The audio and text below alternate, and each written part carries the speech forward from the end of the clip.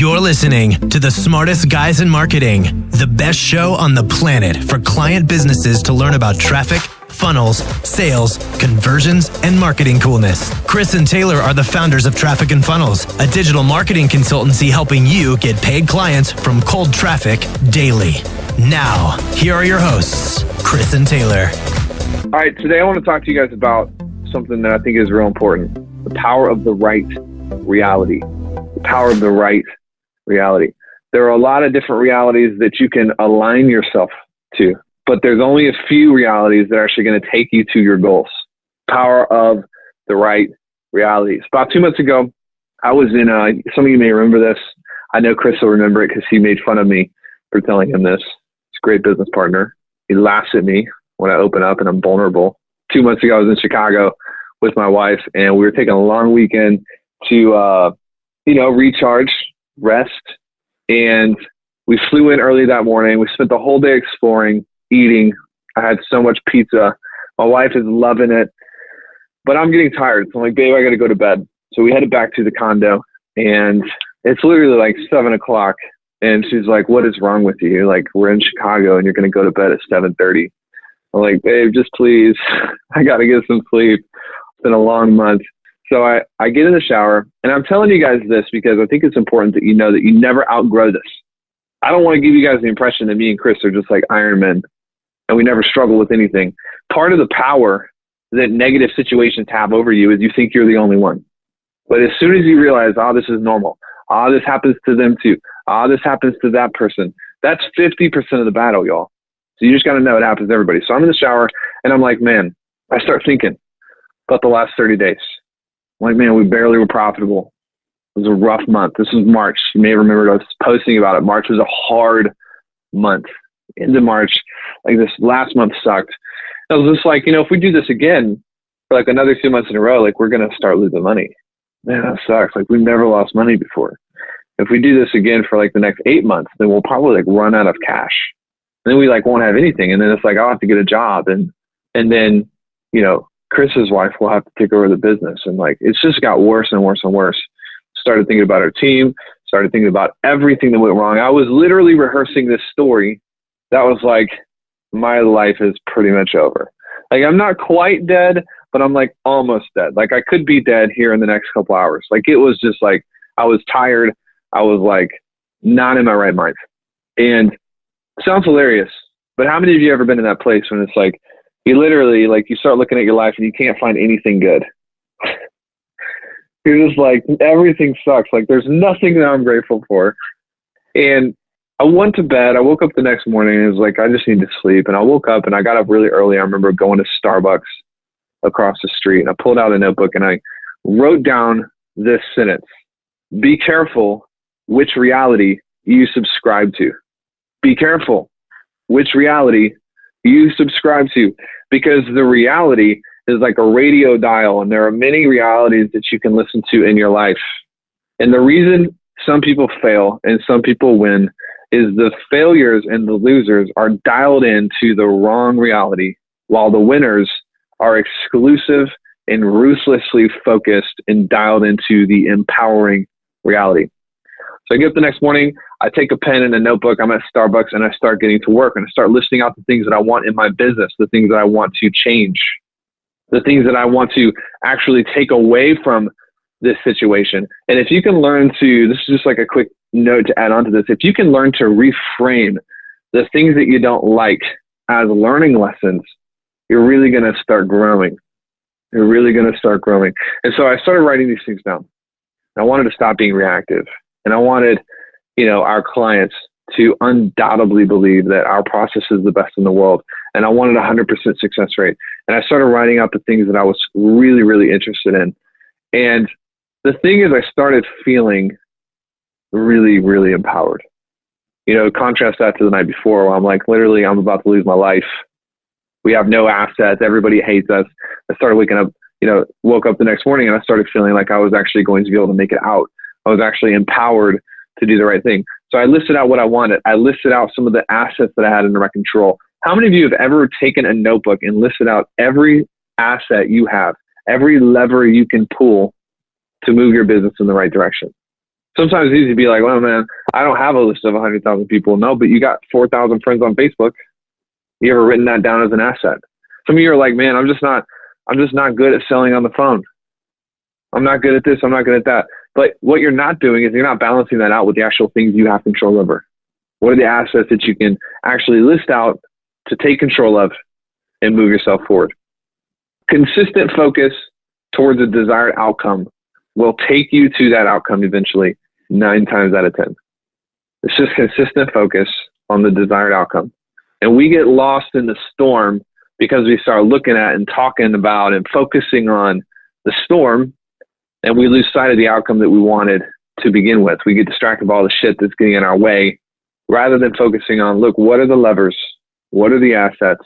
So let me give you two scenarios.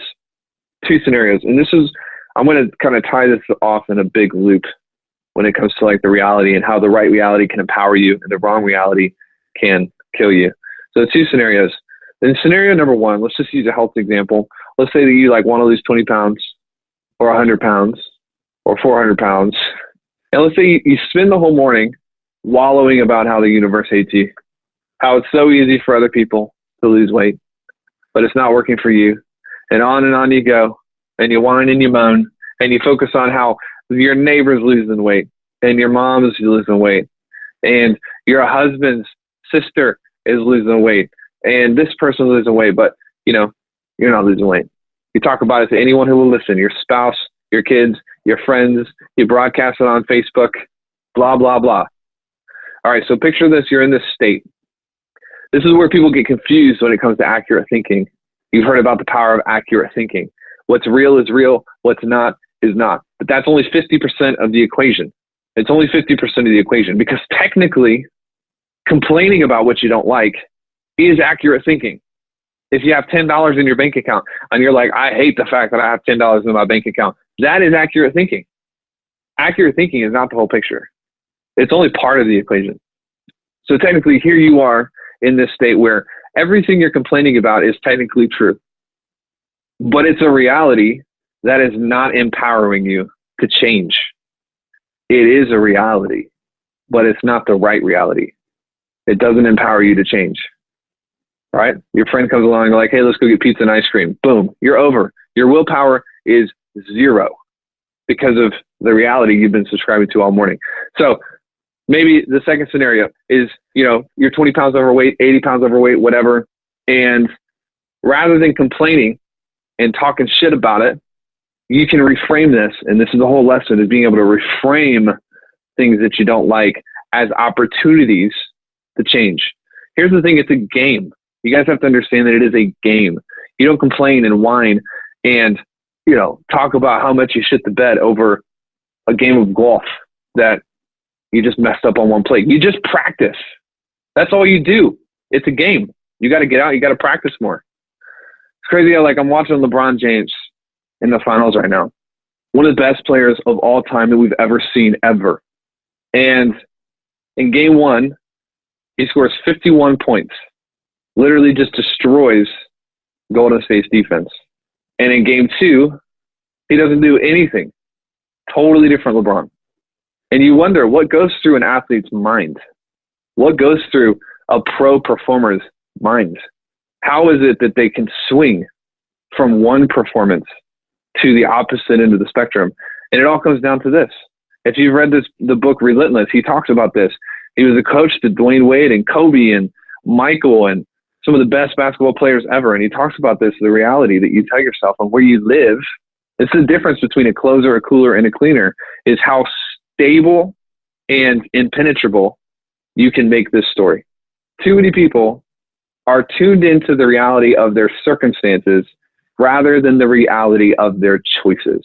Oh, so let's say it again. You got to write it down. You got to actually process this. Too many people are tuned in to the reality of their circumstances rather than the reality of their choices.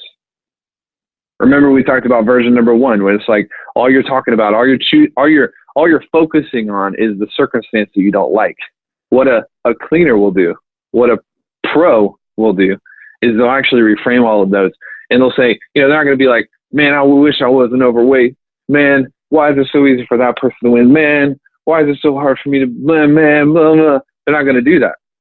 They're going to say, man, thank God that I have control over my choices. I'm just going to play better. That's the only choice I have, is to play better. There's a massive difference between tuning into the reality of your circumstances versus tuning into the reality of your choices. One is going to give you power. The other is going to steal from you.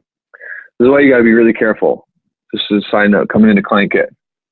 And if you're new, maybe you haven't seen this yet, but you will see it. Where it's like you're going to be implementing the process, and it's not going to work day 2. And you're going to just be like, well, it's day 2. I'm going to keep implementing the process, and it's not going to work day 3. You're like, well, you know what? It's day 3. I'm going to keep working it. And it's day 4. And you still haven't had any results. And it's day 5. I can predict whether you will be a winner or a loser by the words that you use on day 35, day 40, day 50. I can predict whether you are going to change the world or whether you are going to live in obscurity and mediocrity. Not by how you talk on day 2, not by how you talk on day 7, but by how you talk on day 40. Because I'm going to be able to see which reality are you subscribing to. You going to subscribe to the reality of circumstance, or are you going to subscribe to the reality of choice? And you can see the difference when people come in here and they post in the group and they're like, hey, here's what I've done. Here's how many things I've posted. Here's how many people I've talked to. Is there anything that you think I'm missing? I know that this thing works. I just am trying to figure out. There's a difference between someone saying that and someone saying, I'm scared. Why isn't this working? Somebody comfort me. Somebody brush my hair. There's a massive, massive difference. And if you got the memo from last month, we literally just talked about this, where it's like you have to be able to use your language to self-segment what reality you're going to subscribe to. All right. Could go on this forever because it's so important. You'll literally never find me and Chris like just complaining about circumstance ever. Like go to Chris's wall, try to find it. Have fun. You'll spend the next 4 hours looking through all of his life. You will never find it. Go to my wall and look at me complaining about my circumstances. You'll never find it. It doesn't exist because we are not subscribed. We are not tuned in to the reality of circumstance. We aren't. Sometimes we feel like we're getting crushed, but there is always the reckoning where we correct it and we're like, you know what? I have choices to make.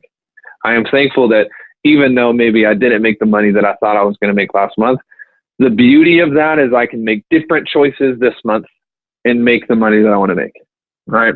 Couple things. I'll give you guys a couple things to wrap on as we end this one, Mindset Monday. Number 1, there are always 2 realities. Always 2 realities. Always 2 realities. You know what happens to amateurs when they start feeling pressure?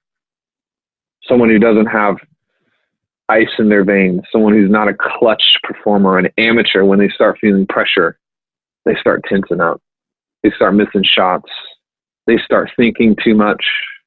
But what happens to a pro is they reframe it because they understand it. And there is a disempowering way to handle this pressure, and there is a empowering way to handle this pressure. The wrong thing for you to ask for is less pressure. I'll just tell you that right now. Another word for pressure, you guys want to know what it is? I'll give you another word for pressure. It also starts with a P. Synonymous with pressure is power. Another word for pressure is power. Look, you do not get in a McLaren and get the speed and the power that comes from that engine without an extraordinary amount of pressure build up and release. You don't get in an airplane and that airplane just effortlessly float off the ground without a tremendous amount of turbulence and wind resistance that forces the plane in the sky. Another word for pressure is power. But if you're not subscribed to the right reality, you ain't going to see any of that. You're going to see, oh man, I talked to this person and he didn't buy. Circumstance. Oh man, I've been running my ads for 4 days and I don't have any apps. Circumstance. Oh man, I'm running out of money. Circumstance. Pressure. Circumstance. Pressure. Circumstance. Pressure. But the pros are thinking choices. power, choices, power, choices, power. Just telling you like it is today. I hope you see the difference. Sometimes you got to say, man, I am thankful that I get to exercise my freedom of choice to get what I want today. I get to exercise my freedom of choice to get what I want. Even if things aren't going your way, you got to subscribe to the reality of choice. Somebody say, be careful which reality you subscribe to. Here's number 2. You cannot live in version 1 whilst, talking from version 2. It's impossible. Man, if it were possible, I would have figured it out. I would have literally figured it out, and Chris would have figured it out, but it's not possible. The reason we're so careful with what we say, even with each other, to be honest, we're pretty careful with what we say, even when we're talking with each other, even in bad months. And we're always talking about choices, and we're always talking about what can we do different. But sometimes people will be like, man, I just know that I'm going to make it. I'm going to get through this. And they're saying it from a place of good intentions. But let me ask you this. Does a billionaire say, man, just one day I believe I'm going to have the money I need? Does the person who's just ripped out, got, 8-pack abs, are they in the gym being like, man, one day I'll be in shape? Nope. Does the person who's happily married to the love of their lives say, man, one day I'll have a wonderful spouse? Nope. Write this down. I become first. I have second. I become first. I have second. If your goal is to have before you become, you will always be unhappy. You will always be exhausted. You will always be confused. You will always be spinning about, trying to figure out why the universe doesn't pick you. You got to become first. And this is the problem with being like, man, I'm going to make it through it. And you get yourself all hoorah, revved up. You can tell that person hasn't totally transitioned into the empowering version of themselves. And you can tell because they're still talking like the disempowered version of themselves. Start talking like you're there. Start becoming that person, and you'll have the result as a byproduct. Chris can go out and get anything he wants. He can have anything he wants. We talk about it sometimes. Like, Christmas is weird now because people are like, his parents are like, what do you want? My parents are like, what? I'm like, there's nothing you can buy me. Like, just give me some socks, Mom. Give me some socks, please. That's what I would like for Christmas.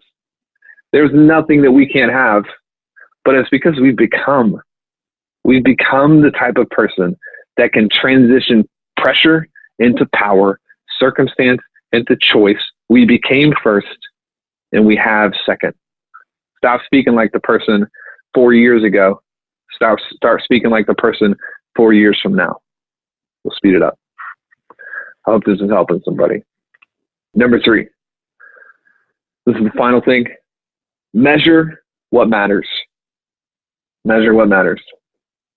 We're one of the rarities in our market where it's like, if you ask me or Chris, like, how much money we've made this month, I actually wouldn't know. I'd have to go look. But I know how many leads we've had this month. Isn't that weird? I know how many posts I've made in the month of June. I know how many emails we've sent out this month. We are obsessed with those lead indicators. The lead indicators, the things that you actually have control over, the lead indicators that ultimately are responsible for the lag indicators. And so many people, they get so obsessed with the end result, but they don't actually measure the levers that you need to pull to create that end result. You got to measure what matters, because there is nothing more disempowering for you than to focus on the outcome while not tracking the activities. Okay? Some of y'all just switch it around. Stop worrying about the outcome for a minute and start worrying about the activities. How many days have I flawlessly executed the process in a row? Start getting addicted to that. Don't get addicted to the money. Don't get addicted to the bank account. Don't get addicted to logging into your Facebook ads and checking comments and stupid shit like that. Start getting addicted to flawlessly executing the process in the activities. I remember we said this at the April event with the lead. Winners crave the process as much as or more than they crave the outcome. Winners crave the process, if not more than they crave the outcome. And I can testify to this. Chris can be a testament to this. Like, I love writing. I love doing these calls. I love these events. I love doing strategy sessions. There are a few of y'all in here that I've actually gotten to talk to because I don't do them anymore. You look at like Kevin and Sarah and a couple other people that Manda that I've actually gotten to speak to. And it's like, I love the process. Like, the process is so addicting to me. If I can just wake up and do the process. I'm waking up earlier and earlier. This morning I got out of bed at 5:10 in the morning, literally hopped out of bed and raced to get coffee. I freaking crave the process. You know why I'm confident that for the next 20 years, I'm not going to have to worry about anything, is because I'm so addicted to the process that the outcome doesn't even matter. Like, the reward for me is the process. I'm obsessed with it. And the outcome is like, just whatever, just take care of itself. But the more you can fall in love with the process, the more money you're going to have, the better the outcomes you're going to have. Crave the process, track the activities, tune into the right reality, become first so you can have second, and make sure you're focused on choice, not circumstances. Give me that process. So that's all I got for today. Focus on the process. We love you guys. We'll see you soon.